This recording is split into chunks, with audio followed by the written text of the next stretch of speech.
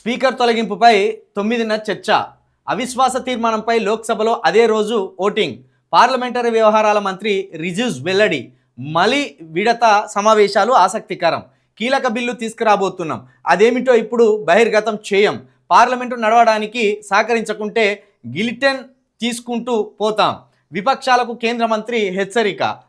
Speaker మీద అవిశ్వాసానికి సంబంధించి నోటీసులు ఇచ్చింది కదా, దానికి సంబంధించి స్పీకర్ తొలగింపుపై 9న చర్చ జరుగుతుందట. అదేవిధంగా అవిశ్వాస తీర్మానంపై లోక్సభలో అదే రోజు ఓటింగ్ జరుగుతుంది.